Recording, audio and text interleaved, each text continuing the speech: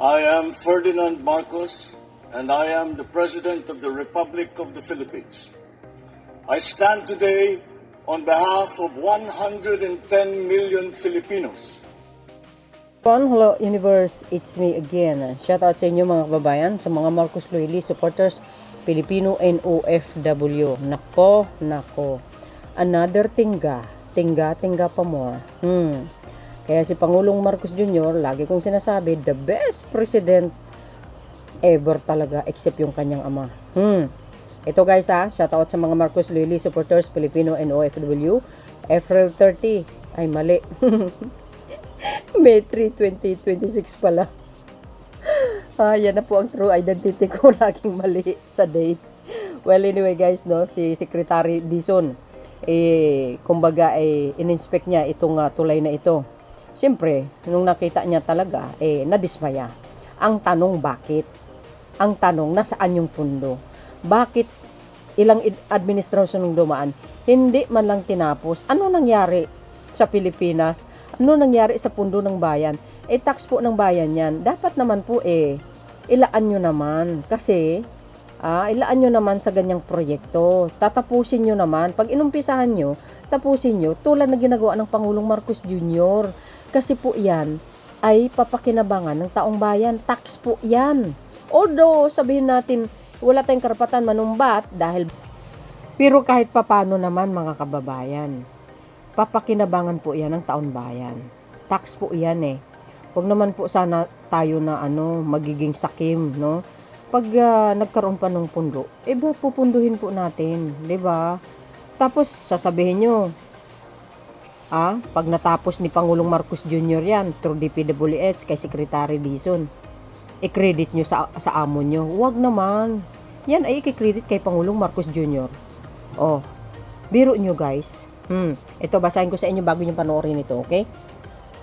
Sabi dito mga kababayan ng Radyo Pilipinas, panoorin ipinahayag ni DPWH Secretary Vince Dizon ang kanyang pagkadismaya sa lagayan ng Kilikaw Bridge matapos itong matingga sa loob ng 15 taon. OMGs, grabe kayo Antindi nyo talaga Kaya walang asinsong bansa Hanggang umpisa lang yung mga proyekto hindi may nang tinapos.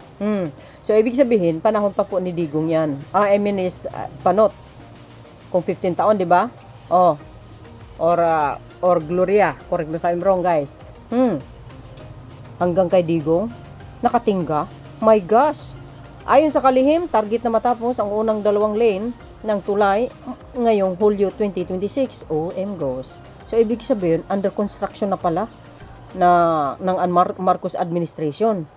Habang inaasahang makukumpleto naman ang ikalawang bahagi sa susunod na taon. OMGs. Walang kukontra. Pag natapos yan, credit kay Pangulong Marcos Jr. Kayo puro kayo poste. Inumpisahan nyo. Ang dami guys, no? Ang dami naman natin na video na in-upload. Bagamat ang dami po yan. Pero kahit papano na i-upload natin yung iba. At malaman nyo din na ang Pangulong Marcos Jr. Hindi naninisi. Ganon din ang sinabi ni Senator Rapi Tulfo. Ang bilib na bilib siya kay Pangulong Marcos Jr. kasi hindi daw siya naninisi sa mga past administration, sa mga kapalpakan niya. Example na lang ito, di ba guys? Ayan. Ang dami nakatingga mga proyekto guys Allah. Tapos ngayon sabihin niyo walang ginawa ang Pangulo. Wow. Ang galing niyo naman.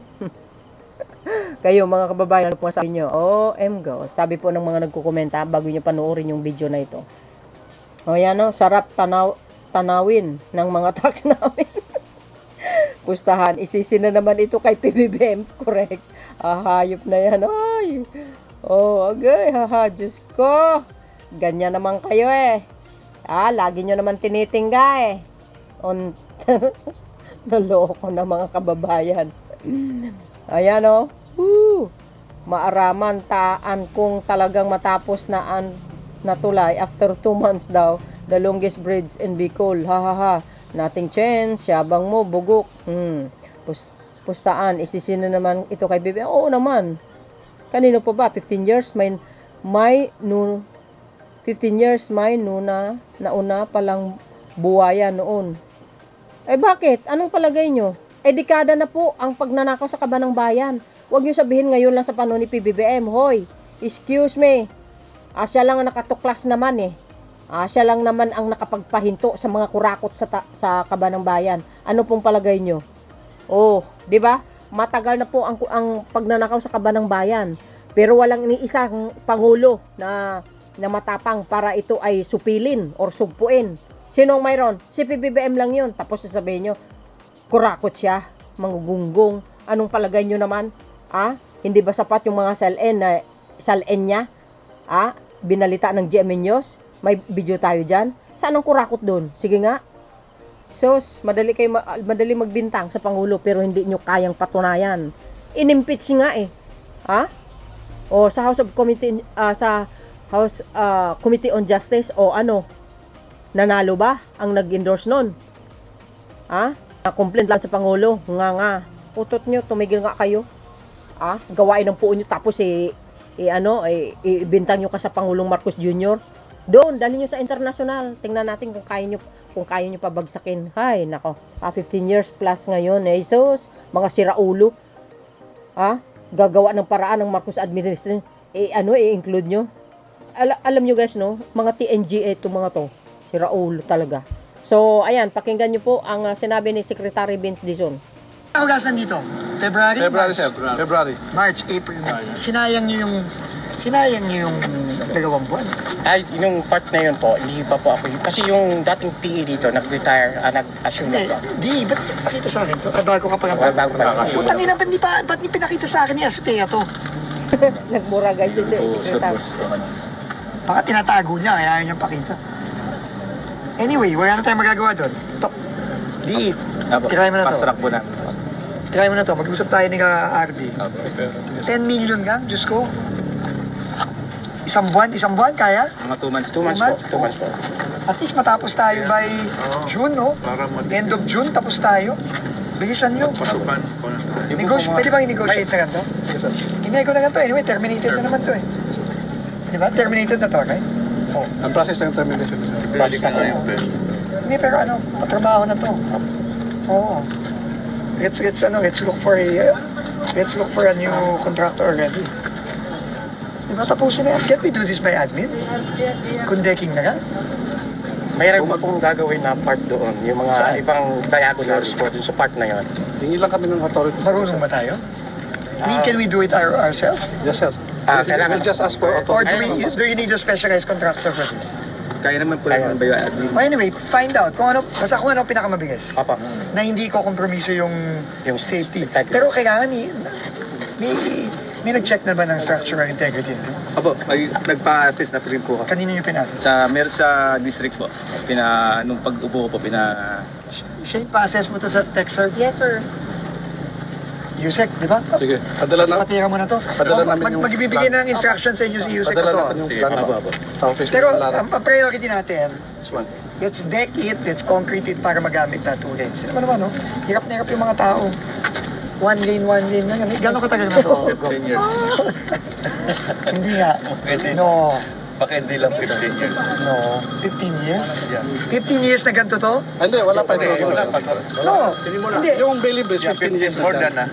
So 15 years, one way ang Yan tawid ang na. nangyari niyan, Secretary, kasi hindi ka pa nagka-problema. Kaya nga, pumunta ng 400. Padismaya nga naman Pero talaga. 15 years na nagdudusa yung mga... More than. Oh my gosh. Grabe. Woo! Di. Ito ang first test mo. Yes, boss. Tapusin mo to. Apo, pababala, boss. Oh, after that, paano itong kabila? Yun na, sir. Pagka may funding na tayo, either kung may savings or 2027. Gov, are you okay? We will, for 2026, we will finish this. Yan lang. Para lang mag-two-way. Yan lang, pakiusap namin. And then, we will fund this Correct. for 2027. Sige po. Sige po. Diba? Naipapos Ganun na din yan. natin sa 2027. Sige, sige. It's 10 million. Kahit na 20, I mean, you know, bagay-wag na eh. So, Mitch, Dito po. 27 na yan. Make sure that's in 27. So, ang total is 70, tama ba? Yung Finish mode. Yes, sir, lahat. Kasi may mga slope protection pa nagagawin. 70 to finish mode. Minus 10, 60 na kakailangan mo. Tama ba? Kung tatapusin natin to. Papa. Tama ba? So, i-program na na. Sinama mo sa 27 to? Kasama sa Kasama po. So, ganun na. Dito. Ayan. Sige, go. You have our commitment. You can tell the mayor of Daraga and the people here, we will finish this. Okay, thank you, Secretary. Tapos Malaki to, po itong, by Caraga? end of June, early Bicol July, pala tapos yan. na. Tapusin namin. alam nyo, para malaman ng mga albayanos, nagkausap kami kahapon ni Secretary by phone, parang tungkol sa bayan. Pero tinake advantage ko to. Kasi hindi na tayo papayag na maghihintay tayo ng another 8 months. No more, no more. Na 2027, hindi tayo papatawarin Hindi, dito. Kasi may pera, 15 years bakit eh. hindi tinapos? 15 years. Hindi ang boss ito, Secretary. Pero bakit hindi tinapos ng May Sunwest? pera to, binalik daw yung Tsaka hindi pera. lang yun, yung may-ari ng Sunwest, taga-Albay. Ba't hindi tinapos to? Unacceptable. 15 years. Please. No, we'll finish it. Pero, kailangan ipa-check to sa Texer. Sir, padala namin ng plan. Kung kailangan ng additional shoring, kailangan check. Kailangan. Sige, Secretary. Rob, Tingnan natin. Thank you very much. Sa Albay yan, 15 years na pamura si Secretary Dizon. So, ibig sabihin, 15 years na nagsasuffer yung mga kababayan natin dyan sa Albay. Oh my gosh, guys, kawawa ang taong bayan. Wala. Kung napanood nyo po, yung isang interview ni Secretary Dizon, yan po ay direktiba ng Pangulong Marcos Jr. Ikutin ni, inutusan niya si Secretary Dizon sa iba't ibang region na umikot. Hanapin yung mga nakatinggang mga proyekto. O, isa na ito. O, di ba? My gosh, talaga naman, galing nyo talaga. Takbo pa more. So yun mga kababayan, anong kapalagayan nyo? Well, ako, saludo rin naman talaga ako kay Secretary Dizon at masipag, no? Sana 27 matapos na po yan para madaanan ng ating mga kababayan. Kawawa naman talaga sila, 'di ba? At kudos din sa Pangulong Marcos Jr. At tapos ng unfinished project ng mga nakaraan ng mga administrasyon. Okay. So yun guys, maraming salamat sa inyong watching. See you again on my next upload. Marami pa yan. Abangan po natin si Secretary Dizon sa kanyang paglalakbay sa iba't ibang region, no? Kaya upload natin dito. Salamat guys. Follow me and like. See you again. Bye bye bye and babush. God bless Philippines. There's more.